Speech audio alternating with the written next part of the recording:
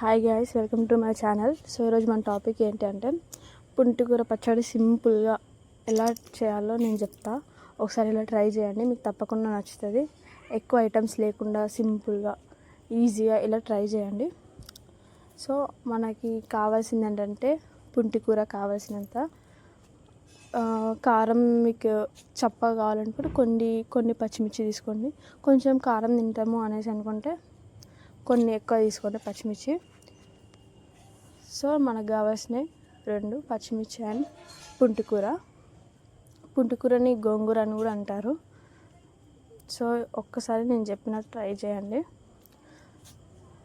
మేమైతే కట్టెల పొయ్యి మీదనే వంటిది కర్రీస్ కానీ అన్నీ కట్టెల పొయ్యి మీదనే చేసుకుంటాము. మా అత్త వాళ్ళ సైడ్ అంటే గ్యాస్ కూడా యూజ్ చేస్తారు, కాకపోతే ఎక్కువ మాత్రం కట్టెల పొయ్యి యూజ్ చేస్తామన్నమాట. అప్పుడంటే కిరోసిన్ వచ్చేది కాబట్టి కిరోసిన్ పోసి మంట పెడుతుండే. ఇప్పుడు కిరోసిన్ బంద్ అయిపోయింది. సో ఈ విధంగా మేమైతే వేస్టేజ్ కాగితాలు ఉంటాయి కదా, వాటితో ఇలా పొయ్యి రాజేస్తామన్నమాట. అందరి ఈ జనరేషన్లో మాత్రం కట్టెల పొయ్యి అయితే యూజ్ చేస్తలేరు. నాకు తెలిసినంత వరకు మేమే యూజ్ చేస్తాం అనుకుంటా.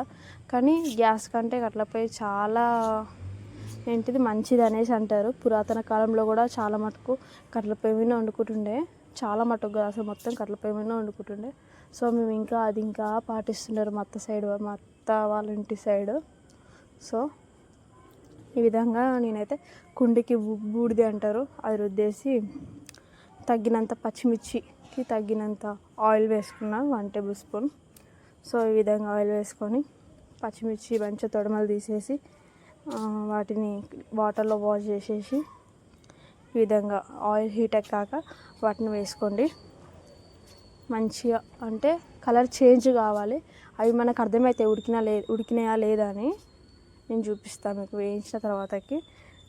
సో నేను ఎలా చేస్తున్నా అలా చేయండి, మీకు తప్పకుండా నచ్చుతానే నమ్మకం నాకుంది. సో ఇందులో నాకు తెలియదు, ఇది నా వరకు అంటే నేనే ఫస్ట్ టైం చెప్తున్నా అనుకుంటా. ఒక్కసారి లాస్ట్ వరకు చూడండి. లాస్ట్లో నేను అందరిలా కాకుండా కొంచెం వెరైటీ చేస్తున్నాయి ఈ పచ్చడి. సో లాస్ట్ వరకు చూడండి, మీకే నచ్చుతుంది. సో ఒక్కసారి ఈ విధంగా ట్రై చేయండి. సో ఈ విధంగా మంచిగా పచ్చిమిర్చి మంచిగా వేయించాలి. ఈ విధంగా బాగా వేగాలి.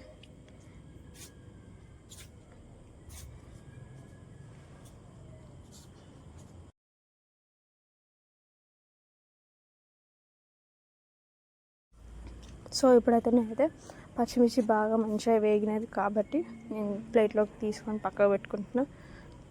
కొంచెం జాగ్రత్తగా తీయాలి. పచ్చిమిర్చి ఏంటంటే అలానే వేస్తే అవి చిటపటలాడుతూ ఇట్లా మీదికి లేచి మన ఫేస్ మీద పడతాయి. సో మధ్యలో కట్ చేసి వేయండి.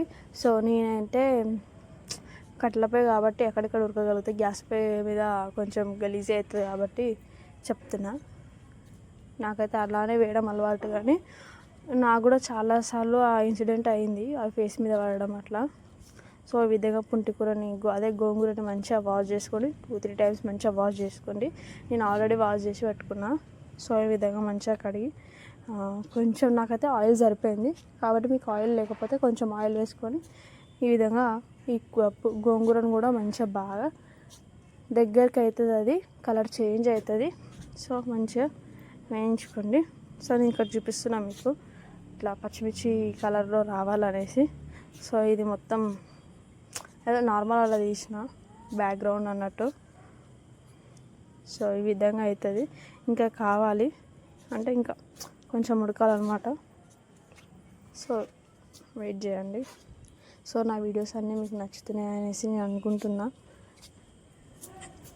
సో ఈ విధంగా బాగా వేగిన తర్వాతకి రెండింటిని కలిపి రుబ్బుకోవాలి. నేనైతే మిక్సీ జార్లో మిక్స్ చేసిన. సో ఈ విధంగా మంచిగా కొంచెం ఉప్పు వేసుకొని బాగా మిక్సీ జార్లో మిక్స్ చేసుకొని మంచిగా గ్రీనిష్ కలర్లో వస్తుంది అనమాట. ఇప్పుడు పోపుకి కొంచెం ఆయిల్ వేసుకొని జీలకర్ర ఆవాలు, మీ దగ్గర మిరిపిత్తులు అంటారు అవి ఉంటాయి, అవి ఒట్టిమిర్చి వేసుకొని బాగా పోపు కొంచెం కలర్ చేంజ్ అయ్యేంత వరకు ఉంచండి. నేను లాస్ట్లో మీకు చెప్తాను కదా, అదేంటి అంటే పుంటికూర పచ్చళ్ళలో పచ్చి ఉల్లిగడ్డ ఒకసారి సైడ్కి పెట్టుకొనైనా సరే పచ్చళ్ళలో కలుపుకొనైనా సరే తిని చూడండి. ఎంత బాగుంటుంది అంటే మీరు తిన్నా కొద్దిగా తినాలనిపిస్తుంది, అంత బాగుంటుంది. తప్పకుండా ట్రై చేయండి. పచ్చి ఉల్లగడ్డ ఒకసారి పెట్టుకొని తిని చూడండి, చాలా బాగుంటుంది. సో ఇదండి, ఈ విధంగా సింపుల్గా ఒకసారి ట్రై చేయండి, మీకే నచ్చుతుంది. Thank you for watching. Subscribe to my channel. Share this video. Thank you.